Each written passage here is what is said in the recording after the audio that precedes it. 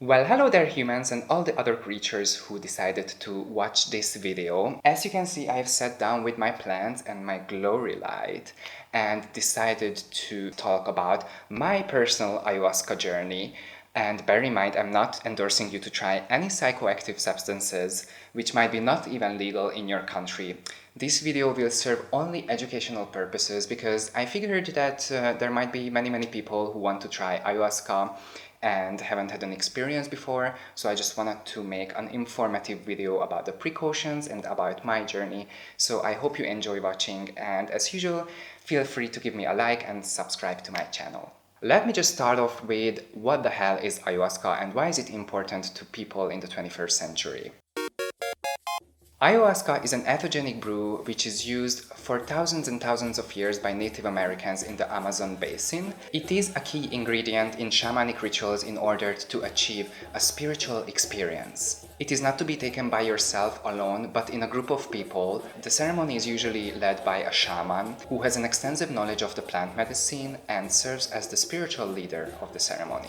Consumers usually report a mystical and mythical encounter with the universe and with themselves, which result in a more balanced mental health state after the ceremony. They also experience a spiritual awakening and a more clearer sight on their future. People who are suffering from chronic depression and anxiety have also reported an improvement on their health. The effects of ayahuasca are caused by a chemical called DMT, which was named the spirit molecule by Dr. Rick Strassman, who has conducted the research on it. DMT, aka dimethyltryptamine, can be found in most animals and plants on the planet, and some people say that it is produced by the brain during dreaming and in the moment of death. Well, I am in my late 20s and believe it or not, I am on a spiritual journey because I'm trying to be a better person day by day, and I have visited many psychologists in the past and also a numerologist, astrologist, bioenergetic, so many people, and right now I'm visiting a Reiki healer as well. And this is all because I'm just trying to get rid of certain negative habits that I'm practicing during everyday life. For example, self-sabotage, constant fear of rejection, and sexual anxieties and all this kind of stuff. I do believe that sex is a very important energy exchange, and I had struggles with this. I had struggles of letting go and switch off my brain and just enjoy the moment.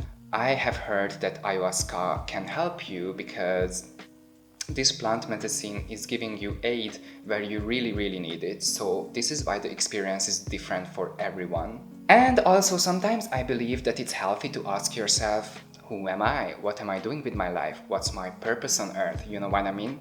So I actually heard about ayahuasca from a friend of mine, and then I started reading about it, and I set this intention that I want to try this plant medicine. And I do believe that when you have an intention but you don't really know the ways of getting there, the universe will help you and just clear the path for you. One day I just met this guy and we had like a little conversation, and somehow, I don't know how, but ayahuasca came up.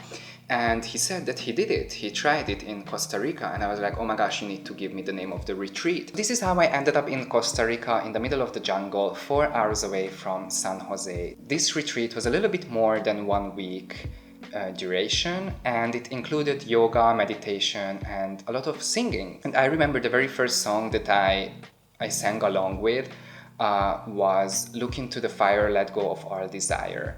So we had a little bit of like a mini ceremony with a fire in the middle, and we were sitting around, and these lyrics really stuck with me, look into the fire, let go of all desire, because I'm from the Instagram generation, okay? I have many desire for money, success, fame, glamour, desire for material stuff and physical stuff, you know what I mean? And that was the moment when I understood that I really have to just let it go and just kill all my expectations and to just go to this ceremony with like open heart and tell myself, let it be what it has to be. I find it also important to mention that during this retreat we followed a certain diet, because when you take ayahuasca, it is a really strong herb brew which can cause effects on your body. So basically, prior to the retreat, we had to go completely vegan and we had to avoid coffee.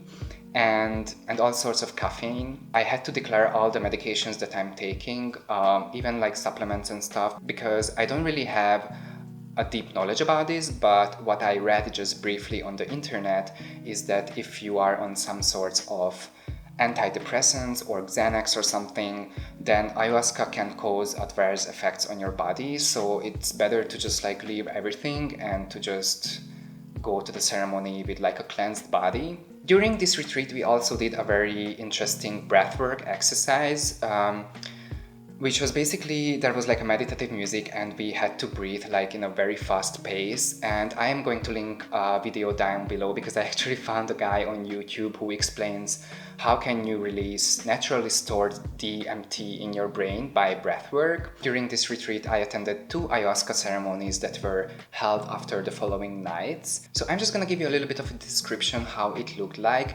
There was this beautiful open air temple because in Costa Rica the climate is tropical, so the weather is really, really pleasant even during the night.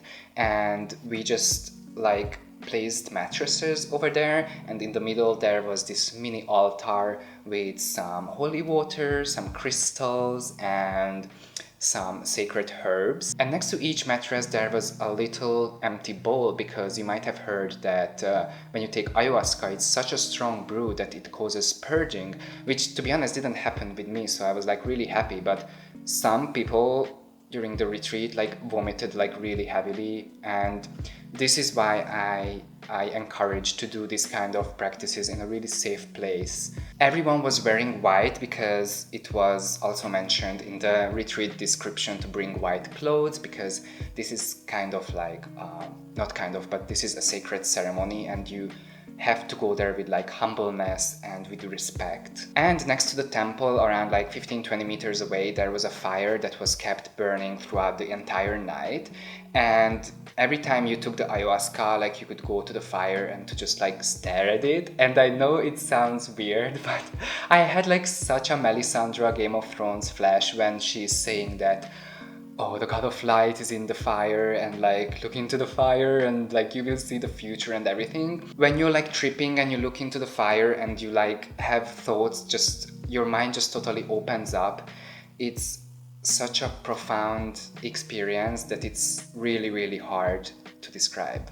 Okay, so I was a little bit carried away, so let me just go back to the ceremony. So we were like sitting in a circle, males and females divided, in the middle altar and the shaman who led the ceremony, and we all went around and introduced ourselves, and we had to set our intentions. And I said, my name is David and my intention is to be more vulnerable and to let myself be vulnerable. Which was actually just a shorter version of my intention, because throughout the retreat I have written down in my little travel journal that my intention is to be able to express my creative power with confidence and letting myself be vulnerable, and also to just honor myself by asking what the hell do I want and not try to please others, you know what I mean? So after the introduction we just started singing songs with a guitar and stuff. All of the songs had like really positive meanings and lyrics about self-empowerment, encouraging lyrics, and like just being really positive, you know.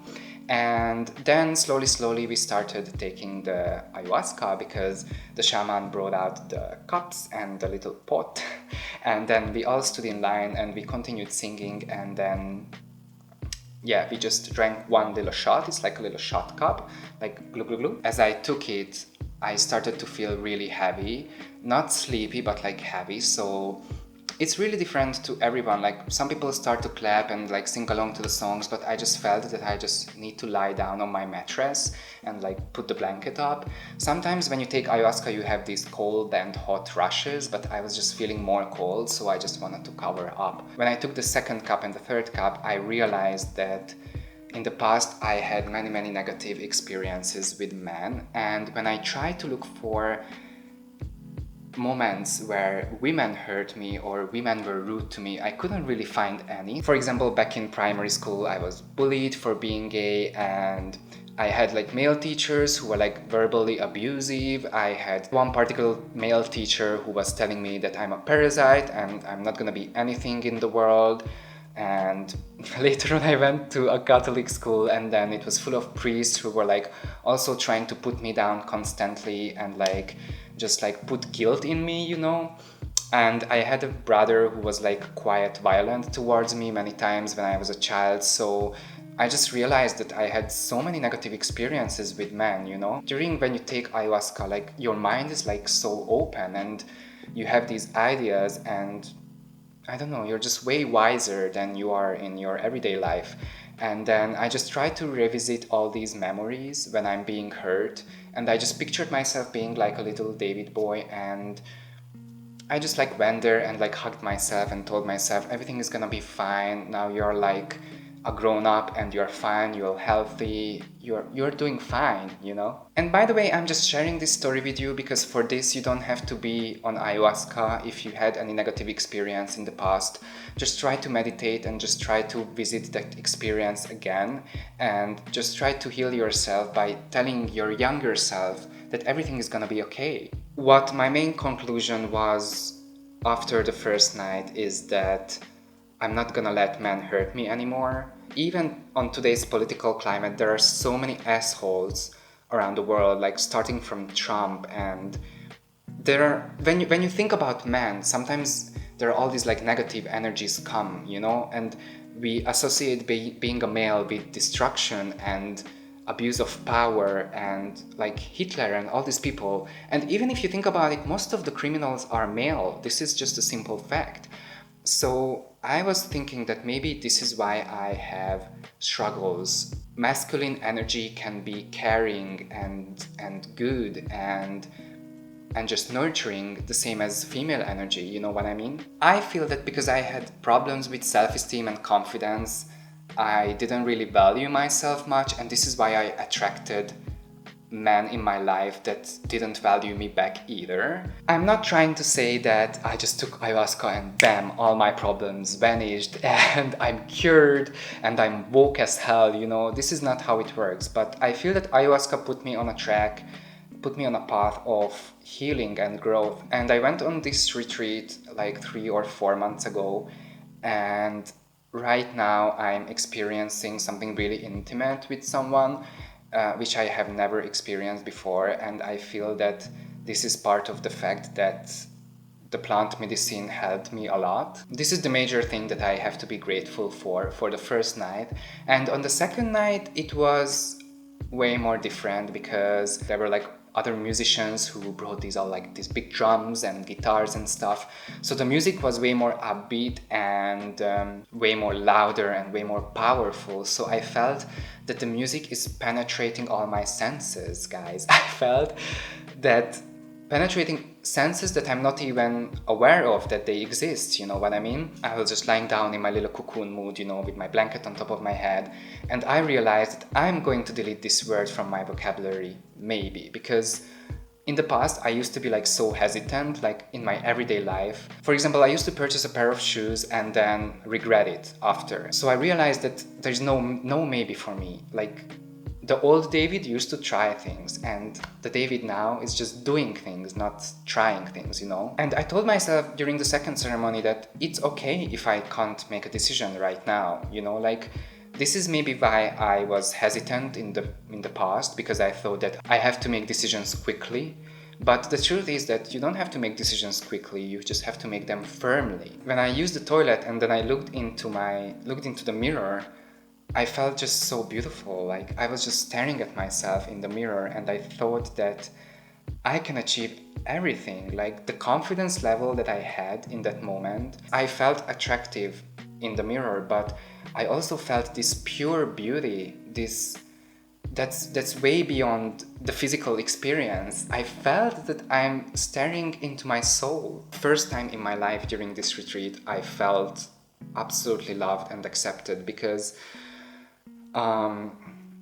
you know, when you read all these like positive thinking books and like The Secret and listen to these positive thinking audio books, there is this exercise that you have to mantra yourself that I love myself, I love you, and like some people even say like every morning to just go to the mirror and just tell yourself, I love you, I really, really love you. I used to practice this every morning, but to be honest with you guys, these were just only words coming out of my mouth, and I never actually felt genuinely loved up until this point.